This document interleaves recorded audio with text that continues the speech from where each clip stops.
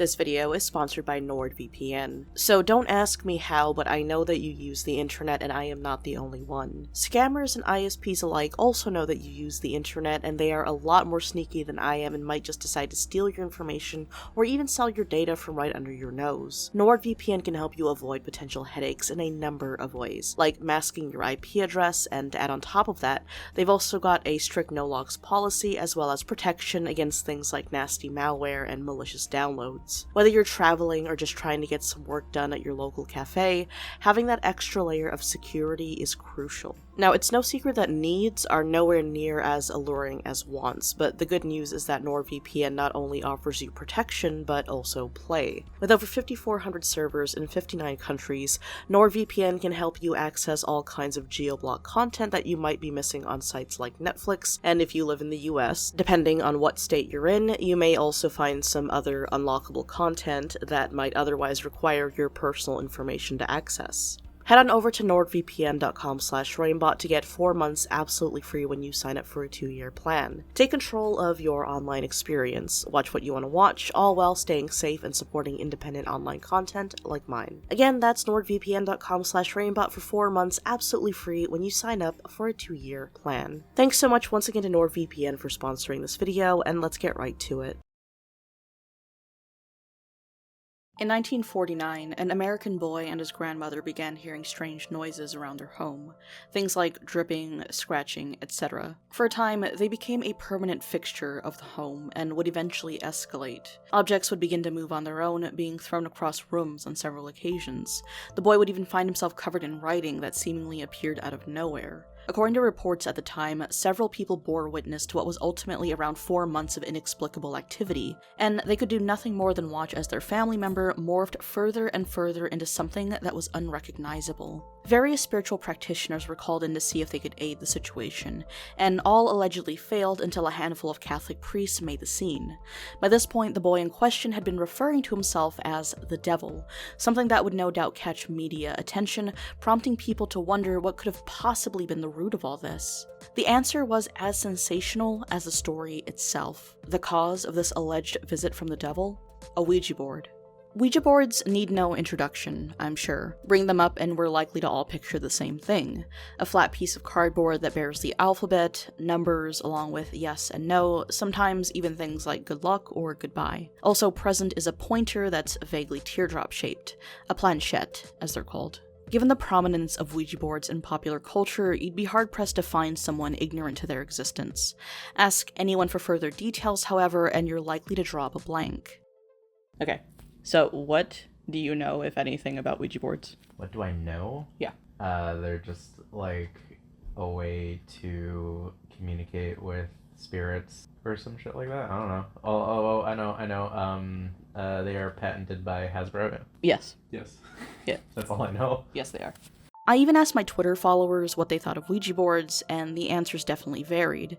Some expressed being creeped out by them, others see them as silly or just straight up a scam, and of course there are those who see them as outright dangerous. In fact, I found this post on Reddit that involved a mother who shared that sentiment. This is from the Am I the A-hole subreddit, by the way, so brace yourself. But long story short, OP allowed her daughter and a friend of hers to play with a Ouija board, something that the friend's mother flipped out at. I'll let you guys duke it out in the comments to figure out whether or not that was just justified reaction to this, but the point of the matter is that a lot of people have some very strong opinions on this subject. Now, those who are interested in dabbling with Ouija boards are often heard listing off ways to keep safe, never using the board alone or making sure to say goodbye at the end of a session, just to name a few. Danger seems almost inherent to the mythos surrounding these boards, with stories centering on them usually being of a cautionary nature. We see them time and time again on the big screen, with much the same story. Someone, usually a person on the younger and daring side, decides to play with a Ouija board either as a show of courage or out of sheer ignorance to its potential hazards, then before you know it, their lives are turned upside down. When it comes to the topic of evil spirits and Ouija, it's hard to name a title more iconic than The Exorcist from 1973, which of course was based on a book that had been published just a few years prior. Going back, said book also took inspiration from elsewhere, and if the story I mentioned at the start of this sounded familiar to you, that's because it was. 1949 was the year a boy known by the pseudonym Roland Doe had allegedly become possessed by the devil, something that caught the attention of the papers, who no doubt saw the headline write itself. What made this case especially notable is the less talked about diary kept by the exorcist who allegedly saved the boy. All in all, its 29 pages chronicle roughly 4 months of bizarre occurrences, with about 6 weeks worth of daily entries towards the end of the supposed nightmare. Much of what was said in those pages was sensational, unbelievable, and of course would later come under scrutiny, and rightfully so. Regardless, it did serve as great inspiration, and what millions witnessed in The Exorcist was not far off from what was mentioned in the documentation of what happened to Roland Doe in the 1940s. Beds were allegedly shaking, items were thrown around and broken, and Roland Doe even began to speak in Latin, something he wasn't supposed to know how to do. Writing also appeared spontaneously and painfully on the boy's body, sometimes before people's very eyes. Now, over the months that this was occurring, there were allegedly several witnesses, and one has to wonder what, if anything, their motivations behind backing this up was. Again, the validity of this case is often challenged, especially with the hindsight of modern-day medicine and psychiatry, but in the end, the story scared people, and fear definitely has staying power. The image of this happening to a seemingly normal family, and to their most vulnerable member, no less, that is something that people could not shake off. As we all know, the movie starts with protagonist Reagan using a Ouija board to communicate with who she at first thinks is a friendly spirit she calls Mr. Howdy. This is different from its real-life counterpart, but not by too much. In Roland Doe's case, it was a well-known fact that his aunt, one that he was allegedly close with, was a spiritualist, and that she most likely introduced the boy to the talking board herself. Roughly 2 weeks after the first sounds were heard, said aunt passed away, and the family was inclined to believe that Roland may have tried to contact her from beyond the grave, even at first assuming that the paranormal activity was the result of her own doing. In The Exorcist diary, the word Ouija is only mentioned twice, and only once was it in reference to the boy actually using one. Oddly enough, not a lot of emphasis was put on the board itself, at least not within the diary, but if the spiritualist aunt did in fact introduce Roland Doe to Ouija, then the next logical question, of course, would be, why? If so many people are terrified of this thing, then why would she, a believer, allow her own nephew to play with something so seemingly dangerous? To answer this, we'll have to dive deeper into her beliefs. When you picture people attempting to make contact with the dead, you probably imagine them sitting hand in hand around a table, maybe in a candlelit room, chanting and doing any number of things to try to summon those who have passed. This iconic imagery is a relic of 19th century spiritualism, and is something I find personally fascinating for a number of reasons. The most prominent being that it's indicative of how our perceptions of good and evil warp and evolve over time. Rewind just a couple hundred years, and an image like this would have been used in a trial against those depicted in it. They'd be called something like a coven, and we all know the worst case scenario that came with that accusation in times long since past. In the late 1800s, the same country that would be home to the Salem witch trials was overtaken with a spiritualism craze, and suddenly everyone and their grandma was trying to make contact with their departed loved ones. Of course, this was not necessarily an anomaly, just another chapter in our long journey to come to terms with what, if anything, happens once we pass away. Average lifespans were a lot lower back then, medical science less precise. Then, on top of all that, you had events which left countless families with an empty chair or two at the dinner table. We've talked about spiritualism before on this channel, so for those of you familiar, you'll know that Mary Todd Lincoln was a spiritualist and was even said to have held seances in the White House. Sir Arthur Conan Doyle also found himself enamored with the possibility of being able to communicate with ghosts. Those are just 2 names out of many, and I name them to demonstrate how normalized spiritualism was during this period in our history. Like anything, though, it would have its critics, maybe most notably the Catholic Church, but by and large, many people saw spiritualism as harmless, even understandable, because who wouldn't want to chat with their lost loved ones? Many spiritualists were even Christian, believing that spiritualism complemented rather than contradicted the Church's views. In short, to a lot of people, it just wasn't exactly a cause for concern, even with those who opposed the practice. Spiritualism's boom was not something that could be ignored back in those days. The movement was so popular it even birthed spiritualist camps, and said camps became hotbeds for spiritualist study and innovation. At one point, chatter about a new planchette out of a camp in Ohio started to make the rounds. Now, as I briefly mentioned earlier, a planchette is that teardrop-shaped thing you see that's used to point to letters and numbers on a Ouija board. Before the board's existence, however, a planchette was more of a standalone tool, and instead of being used to point, the tapered end would house a pencil or whatever writing utensils the user felt inclined to use. The planchette would then be used for automatic writing, another form of contacting those on the other side. Just one of many, in fact. Other methods of contact involve things like knocking and waiting for the spirits to knock back. This new board out of the Ohio camps was much more precise and easier to get a response out of, and also bore all the hallmarks of the Ouija board we know today. What it lacked, however, was a name, and since this was America, a patent.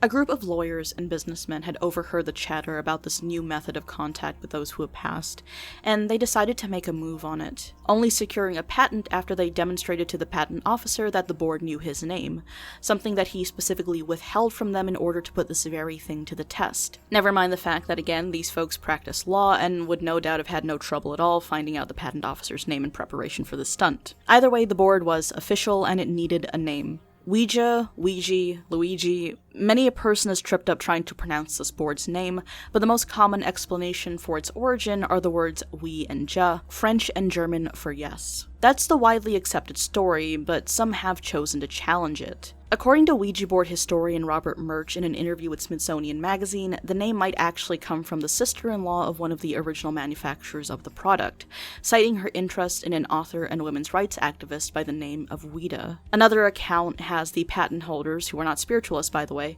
asking the board what it wanted to be called, and the rest is history. No matter the actual story, what we do know for sure is that the Ouija board was popular. Extremely popular.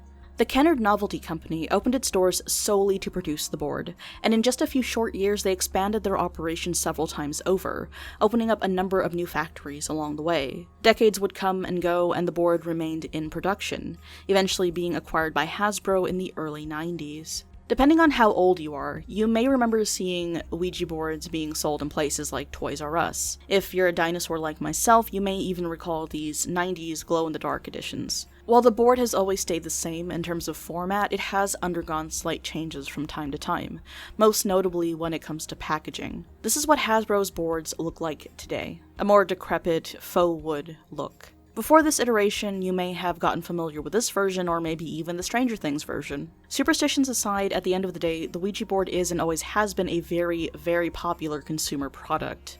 With all this in mind, plus where spiritualism was in those times, it does make sense now how one of these boards would have ended up in the hands of Roland Doe in the late 1940s.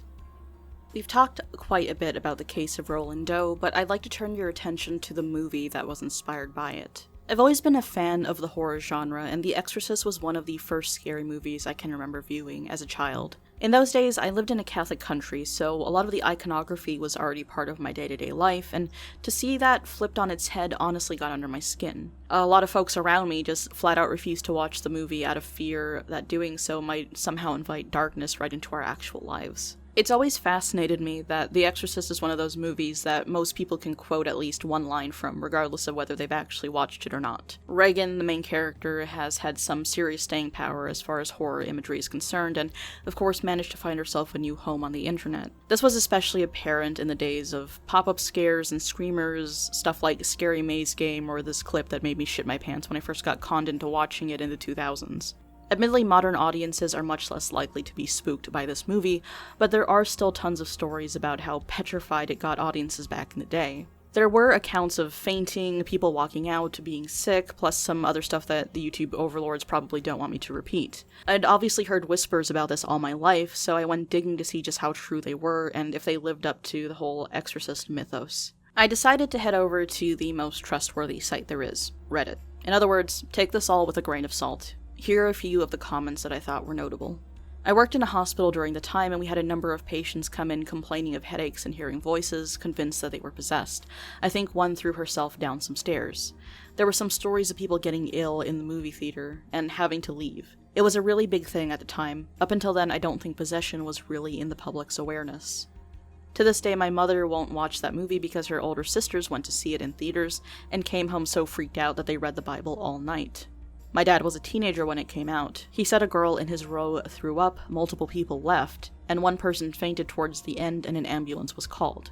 Again, grain of salt here, but I looked at a couple of other threads and by all accounts, most people's comments were of a similar sentiment. Sometimes it just takes one movie to shape our entire perception of something, and in the case of Ouija boards, it's glaringly obvious that this was the case. Even all these decades later, we see film after film use Ouija boards as plot devices or even the center of their entire theme. Other elements of spiritualism have also managed to find a home amongst the horror genre, with basically every paranormal story at some point or another having some kind of seance or a medium who steps in to help save the day. The Exorcist to this day is still one of my favorite movies of all time, and I had wondered over the years if this movie was indeed responsible for America's obsession with a creepier perception of Ouija boards, and as it turns out, it kind of was. Like I explained earlier, Ouija boards always had certain people cautious or skeptical, but by all accounts, they weren't as universally feared before 1973. The images and sounds people were exposed to upon this film's debut were like nothing they had ever seen before, and Ouija boards were from then on forever tied to evil forces, and more specifically, demonic ones. It's hard to overstate the impact that this one movie has had in popular culture, as well as our very own superstitions here in the US.